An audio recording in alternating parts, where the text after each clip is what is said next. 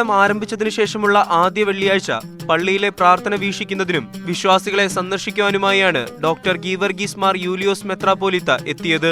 Kunnamkulam town Juma Masjid ഭാരവാഹികളുടെ ക്ഷണപ്രകാരമായിരുന്നു സന്ദർശനം.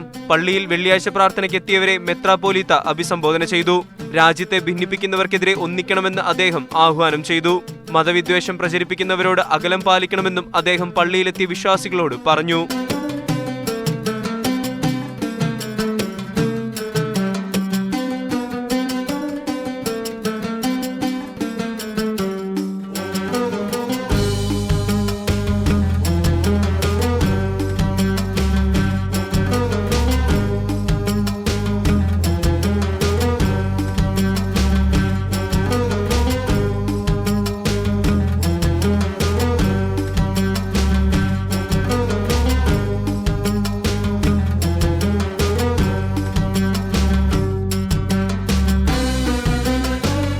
നഗരസഭാ കൗൺസിലർ ലബീബ് ഹസനോടൊപ്പം മസ്ജിദിലെത്തിയ മെത്രാപ്പോലീത്തെ ജമാഅത്തെ ഇസ്ലാമി തൃശൂർ ജില്ലാ president K Shanavas, area president Shaju Muhammadunni എന്നിവർ ചേർന്ന് സ്വീകരിച്ചു.